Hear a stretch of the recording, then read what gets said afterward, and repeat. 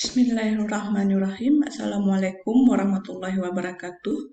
Perkenalkan, nama saya Nia Kurniawati, SSIT MKM, dengan NIDN 4019038201, yaitu dari Program Studi Sarjana Terapan Terapi Gigi Jurusan Kesehatan Gigi Poltekkes Kemenkes Aceh. Baiklah, saya akan menjelaskan penjelasan dari mata kuliah Asuhan Keperawatan Gigi Anak 1.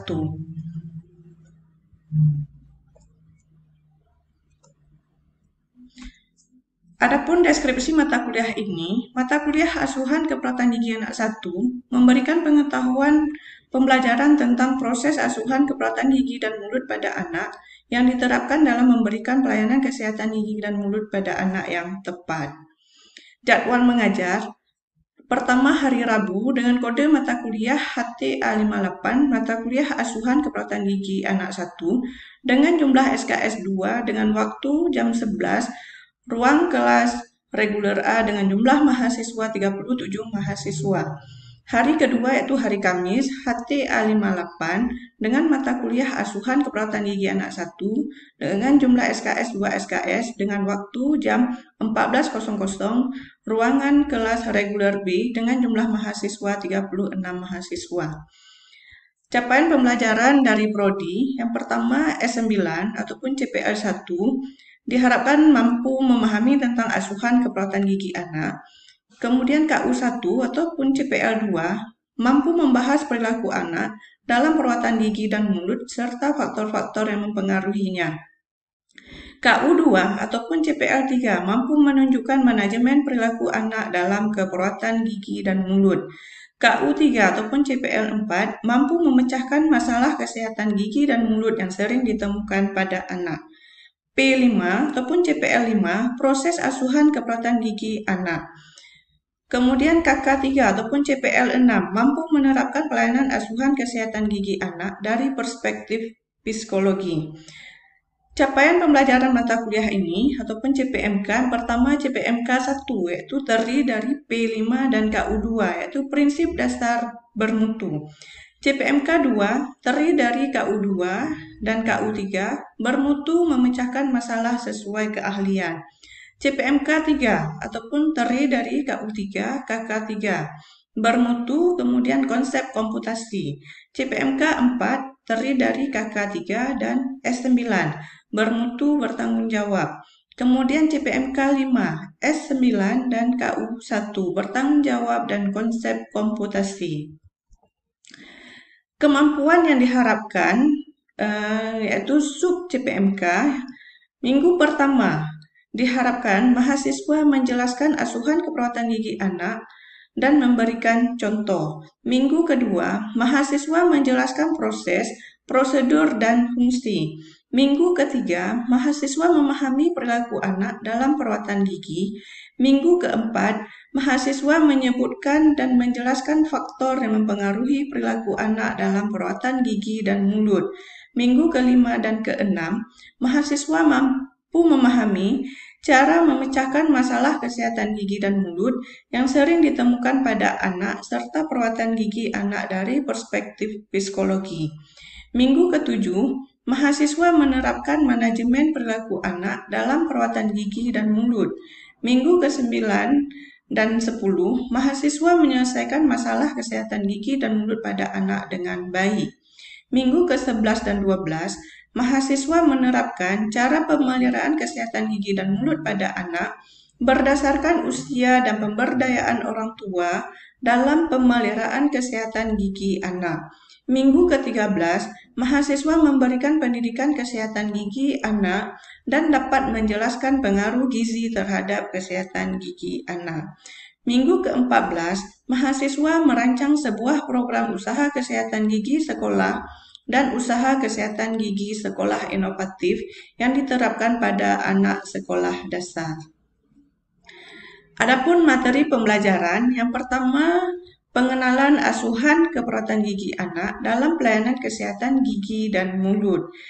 Yang kedua, proses, prosedur, dan fungsi. Yang ketiga, menjelaskan macam perilaku anak. Yang keempat, menjelaskan faktor-faktor yang mempengaruhi perilaku anak. Yang kelima, menjelaskan permasalahan dalam asuhan keperawatan gigi anak dan cara penyelesaiannya. Yang keenam, menjelaskan tentang psikologi anak. Yang ketujuh, menjelaskan manajemen perilaku anak dalam perawatan gigi. Yang kedelapan, menjelaskan cara pemeliharaan kesehatan gigi dan mulut pada anak berdasarkan usia. Yang kesembilan, menjelaskan pemberdayaan orang tua dalam pemeliharaan kesehatan gigi anak. Yang ke-10 yaitu menjelaskan usaha kesehatan gigi sekolah dan usaha kesehatan gigi sekolah inovatif. Di sini ada delivery, interaction, dan assessment atau sering disingkat dengan DIA. Dalam mata kuliah ini, adapun yang menjadi delivery yang pertama, membuka perkuliahan, yang kedua memberikan acuan pembelajaran, yang ketiga memberikan kajian materi, yang keempat penyampaian materi perkuliahan, yang kelima membuat kesimpulan materi pembelajaran, dan yang keenam menutup perkuliahan. Interaction, yang pertama salam pembuka, yang kedua memberikan kata motivasi, yang ketiga presensi kelas, yang keempat bertanya langsung pada mahasiswa, yang kelima mahasiswa bertanya, yang keenam mendiskusikan materi, yang ketujuh adanya tanya jawab, dan yang kedelapan salam penutup. Kemudian asesmen. Asesmen yang pertama bentuk tes, asesmen yang kedua itu bentuk non-tes, dan asesmen ketiga adanya ujian tengah semester, dan yang keempat ujian akhir semester. Bentuk pembelajaran dalam mata kuliah ini yaitu kuliah dengan tatap muka, metode pembelajaran, ceramah, diskusi, disertai dengan tanya jawab. Kemudian media pembelajaran yang digunakan yaitu infocus, whiteboard, dan laptop. Penugasan mahasiswa yaitu berupa penugasan juga. Kemudian adanya estimasi waktu. Yang pertama 50 menit untuk tatap muka, kemudian 50 menit untuk tugas terstruktur, dan kegiatan kelas yaitu 2 kali 50 menit. Kemudian sistem pembelajaran. Yang perlu diingatkan, pembelajaran pada mata kuliah ini yaitu berpusat pada mahasiswa, di mana satu menampilkan, menciptakan, menghasilkan, atau melakukan sesuatu. Yang kedua, mendorong tingkat berpikir yang lebih tinggi dan keterampilan pemecahan masalah. Yang ketiga, memberikan tugas-tugas yang menuntut aktivitas belajar yang bermakna. Yang keempat, menerapkan apa yang dipelajari dalam konteks nyata. Metode pembelajaran dalam mata kuliah ini yang pertama ceramah, yaitu 20 menit di awal pertemuan, kemudian dilanjutkan dengan pemaparan materi pembelajaran. Yang kedua dengan metode diskusi kelompok, di mana pembahasan materi pembelajaran dalam bentuk diskusi kelas ataupun kelompok. Yang ketiga dengan tanya jawab, mahasiswa bertanya, kemudian mahasiswa yang lain merespon pertanyaan. Kemudian ada bentuk contoh soal UTS dan UAS, di mana sebelum mengerjakan UTS dan UAS, mahasiswa harap membaca petunjuknya. Pertama, baca terlebih dahulu seluruh soal secara teliti dan selesaikan terlebih dahulu soal yang dianggap lebih mudah. Yang kedua, tidak diperkenankan meminjam alat tulis dengan peserta ujian lainnya. Yang ketiga, dilarang memberikan jawaban kepada peserta ujian lain. Yang keempat, mahasiswa dilarang untuk bekerja sama. Yang kelima, bila ada soal yang kurang jelas, silakan ditanyakan langsung kepada pengawas ujian. Yang keenam, selama ujian berlangsung, mahasiswa dilarang menghidupkan ponsel dan sejenisnya. Ini ada salah satu contoh ataupun beberapa contoh soal seperti soal UTS ataupun UAS. Yang pertama, jelaskan pengertian asuhan keperawatan gigi anak. Yang kedua, apa sajakah contoh perilaku anak dalam perawatan gigi? Yang ketiga, jelaskan pengertian dari psikologi anak. Kemudian di sini juga ada bentuk penilaian. Yang pertama bentuk tes. Ini terdiri dari kuis, ujian tengah semester, dan ujian akhir semester. Yang kedua ada bentuk non-tes. Di sini berupa penugasan harian, di mana kuis dilaksanakan pada minggu ke-7 pertemuan kuliah dan minggu ke-15 pertemuan kuliah. Kemudian UTS yaitu pada minggu ke-8 pertemuan, dan ujian akhir semester ataupun UAS yaitu pada minggu ke-16 pertemuan. Selanjutnya ada penilaian kuis. Di sini harap dilihat di mana jika mengerjakan seluruh soal dengan jawaban lebih besar sama dengan 80% adalah benar, maka akan mendapatkan skor lebih besar sama dengan 81. Kemudian, jika mengerjakan seluruh soal dengan jawaban 60% sampai dengan 79% adalah benar, maka akan mendapatkan skor 60 sampai 80. Yang ketiga, jika mengerjakan seluruh soal dengan jawaban 41% sampai dengan 59% benar, maka akan mendapatkan skor 41 sampai dengan 59. Yang keempat, jika mengerjakan seluruh soal dengan jawaban 1% sampai dengan 40% benar, maka akan mendapatkan skor 1 sampai dengan 40. Yang terakhir, tidak hadir dan tidak mengerjakan soal, maka akan mendapatkan skor 0. Kemudian penilaian tugas harian ini. Di sini ada beberapa kriteria. Yang pertama, nilai sangat baik jika seluruh kriteria terpenuhi. Salah satunya yaitu pengumpulan tugas tepat waktu, kemudian soal dikerjakan sesuai instruksi. Yang ketiga, soal seluruhnya dikerjakan dan memiliki jawaban yang tepat. Dan yang keempat, tidak copy paste, sehingga akan mendapatkan skor lebih besar sama dengan 81. Kemudian nilai baik dengan kriteria apabila salah satu poin berikut tidak terpenuhi, maka akan mendapatkan skor 60 sampai 80. Kemudian akan mendapatkan nilai cukup jika kriteria apabila ada 2 poin berikut terpenuhi, maka akan mendapatkan skor 41 sampai dengan 59. Kemudian akan mendapatkan nilai kurang jika kriteria apabila ada 1 poin berikut terpenuhi, di mana 1. Pengumpulan tugas tepat waktu, 2. Soal dikerjakan sesuai instruksi, 3. Seluruh soal dikerjakan, jawaban tepat, kemudian tidak copy paste, sehingga akan mendapatkan skor 1 sampai dengan 40. Yang terakhir, tidak ada penilaian. Kriterianya, mahasiswa tidak merespon tugas, maka skornya 0. Untuk penilaian akhir, di sini harap diperhatikan. Yang pertama, kehadiran. Di sini 10% yang akan dinilai dari kehadiran. Yang kedua, tugas harian dan kuis. Di sini yaitu 20% yang dinilai. Kemudian dari kuis yang sudah dikerjakan yaitu 30%. Kemudian UAS ataupun ujian akhir semester yaitu 40%.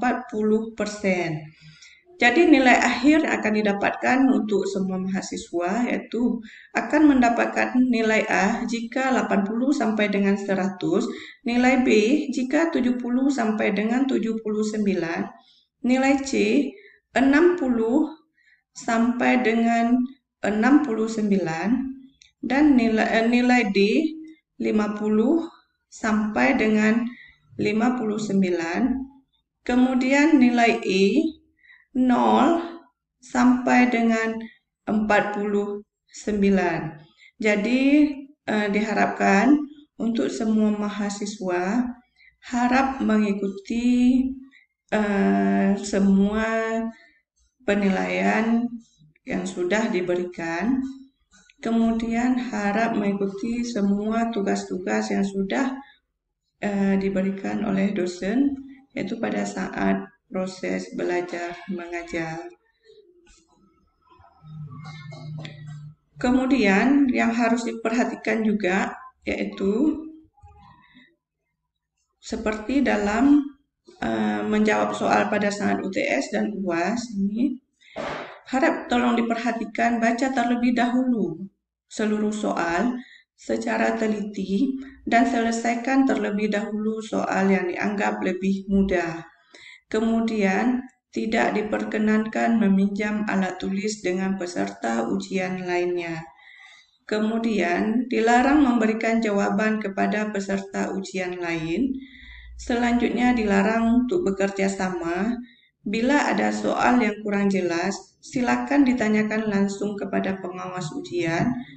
Selama ujian berlangsung, mahasiswa dilarang menghidupkan. Assalamualaikum warahmatullahi wabarakatuh.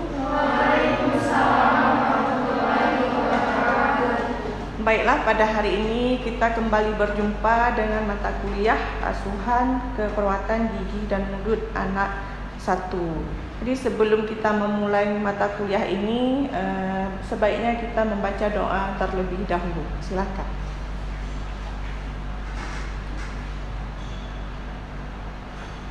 Selesai. Baiklah, untuk pertemuan hari ini kita akan menjelaskan tentang psikologi anak, ya, materinya. Jadi sebelumnya hari ini pertemuan ke-6, minggu yang lalu artinya pertemuan ke-5 kita membahas tentang cara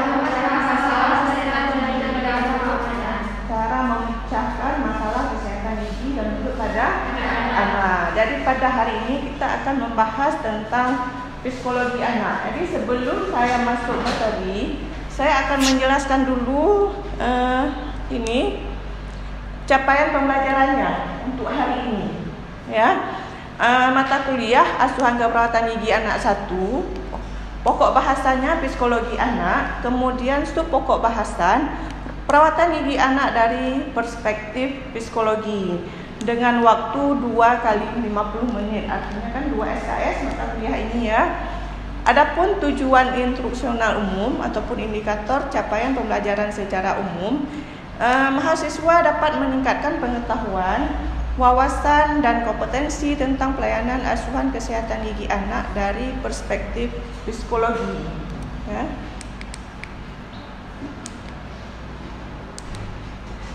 Kemudian indikator capaian secara khusus nih. Pertama, mahasiswa dapat menjelaskan tentang batasan psikologi anak nih. Yang kedua, mahasiswa dapat menjelaskan tentang perilaku anak terhadap perawatan gigi. Yang ketiga, mahasiswa dapat menyebutkan faktor yang mempengaruhi perilaku anak terhadap perawatan gigi. Dan yang keempat, mahasiswa dapat menjelaskan tentang pengelolaan perilaku anak pada perawatan gigi. Jadi untuk mata kuliah ini pendekatannya yaitu pendekatan dengan konsep. Metode yang digunakan yaitu ceramah dan diskusi. Uraian materi dan sumber. Materi yang pertama ini pengertian dari psikologi. Yang kedua, perilaku anak terhadap perawatan gigi. Yang ketiga, faktor yang mempengaruhi perilaku anak terhadap perawatan gigi. Dan yang keempat, pengelolaan perilaku anak pada perawatan gigi. Mungkin ini ada sumbernya, ada dari Enlo dan Rock, kemudian Bestford, kemudian Amkis Edwin dan Sriono. Adapun media yang digunakan yaitu LCD, whiteboard, apa lagi? Laptop, ya. Di sini ada kegiatan belajar mengajar. Yang pertama ada presensi, ya, mahasiswa. Kemudian yang kedua ini persepsi berupa tanya jawab mengenai materi yang akan diberikan. Yang ketiga, mahasiswa memperoleh informasi atau penjelasan tentang psikologi anak. Yang keempat, dosen memberikan kesempatan bertanya dan tanya jawab mengenai materi yang diajarkan. Dan yang kelima, dosen bersama mahasiswa merangkum dan menyimpulkan materi yang telah diajarkan. Yang keenam, dosen mengadakan evaluasi dengan mengajukan pertanyaan dan memberikan tugas. Mungkin di akhir nanti ada evaluasinya, ya. Tugasnya yaitu berupa setiap mahasiswa akan membuat makalah nanti tentang psikologi anak dalam perawatan gigi. Jadi dari tugas nanti juga ada penilaian yang dinilai. Yang pertama, adanya ketepatan waktu saat mengumpulkan tugas. Jadi mohon sangat diperhatikan ini. Yang kedua, kesesuaian dengan materi yang diajarkan pada hari ini. Jadi Jadi maksudnya materinya tentang apa, jangan nanti membuat tugasnya yang lain ya, sehingga nilainya kurang ya. Baiklah, selanjutnya kita akan memulai materi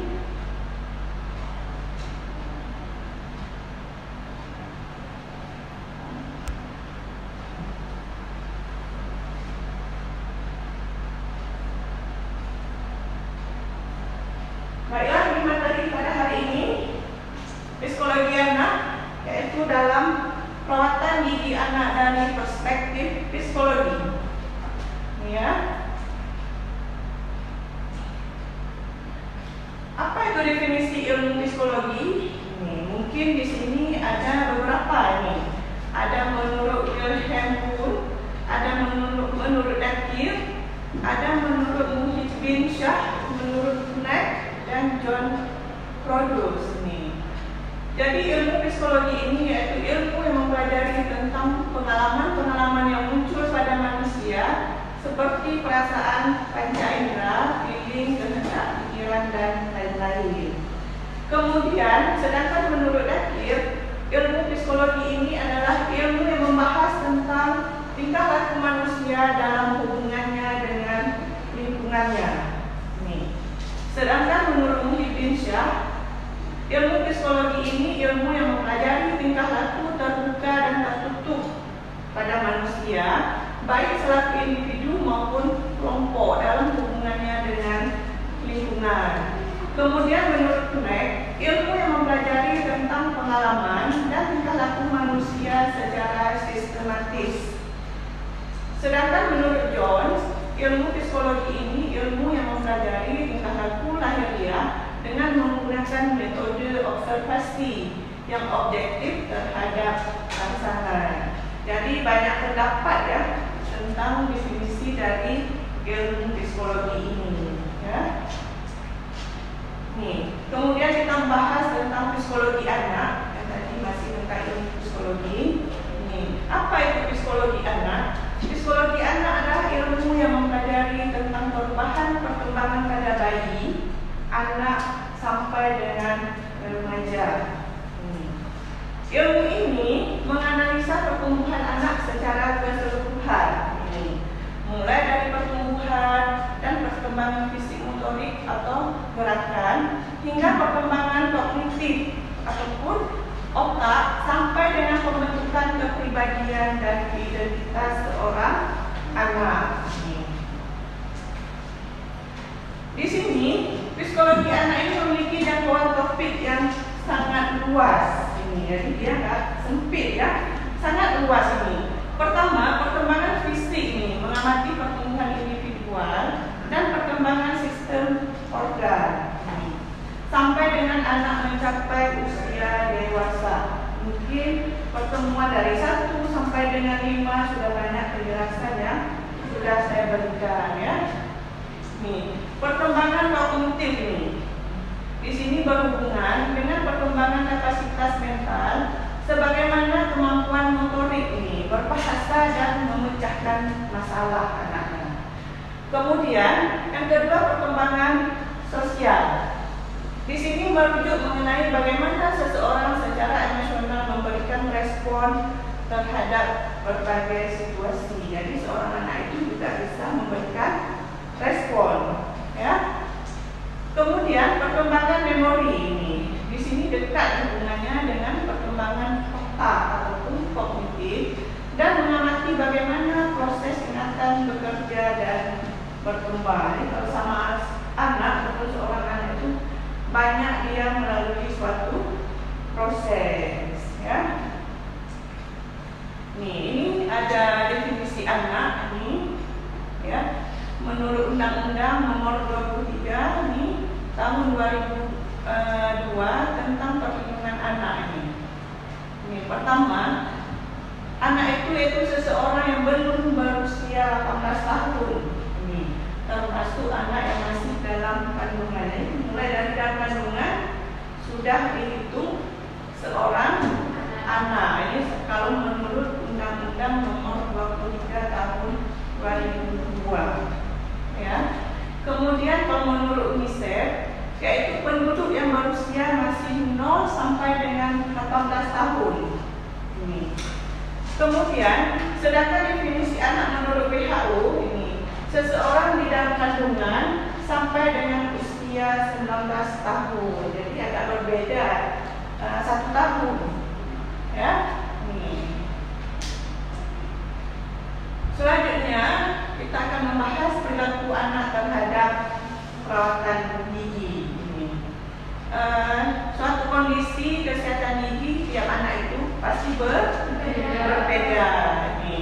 Perilaku terhadap perawatan juga berbeda setiap anak. Apalagi dilihat tipe-tipenya, usianya, ya kan? Penyebabnya banyak faktor nih. Ada faktor internal dan ada faktor eksternal. Maka dibuatlah klasifikasi perilaku anak terhadap perawatan gigi. Ini ada klasifikasi perilaku anak terhadap perawatan gigi. Ini menurut Frans. Di sini ada 4 skala. Yang pertama skala 1 nih, yaitu sangat negatif ini. Jadi seorang anak itu dia menolak perawatan, kemudian dia menangis keras, kemudian dia ketakutan, dan seorang anak itu memiliki perilaku lain yang sangat negatif. Ini artinya anak ini tidak kooperatif. Jadi anak ini tidak bisa diajak untuk bekerja sama karena memiliki semua negatif. Ya. Untuk skala 2 masih juga negatif. Anak itu sudah memiliki ragu-ragu ya dalam menerima suatu perawatan. Kemudian masih tetap tidak kooperatif. Kemudian sikap negatif lain tidak diungkapkan, diam dan tidak mau berkomunikasi. Tadi susah anak-anak yang memiliki perilaku yang skala 1 dan skala 2 dalam kita memberikan pelayanan kesehatan gigi dan mulut. Kemudian yang skala 3 yaitu positif, ini menerima perawatan. Yang kedua, memiliki keinginan untuk mematuhi dokter gigi dan mau mengikuti arahan dokter gigi dengan kooperatif. Ya.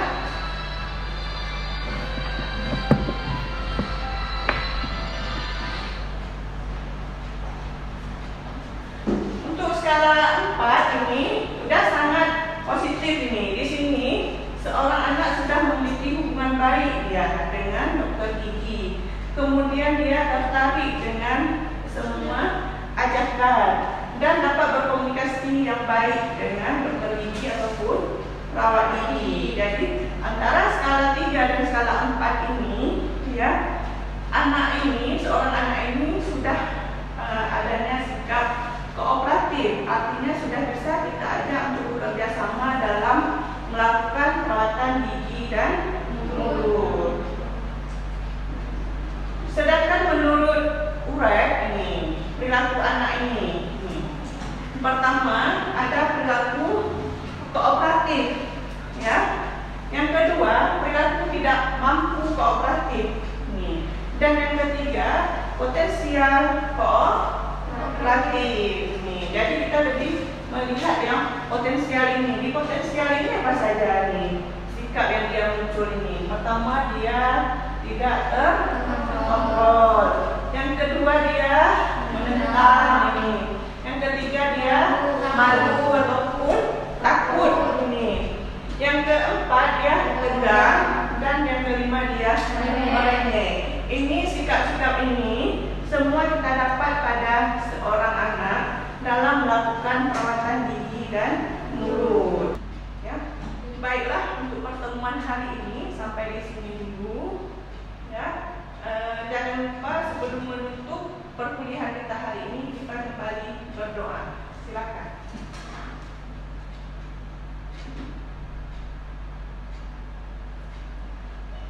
Selesai.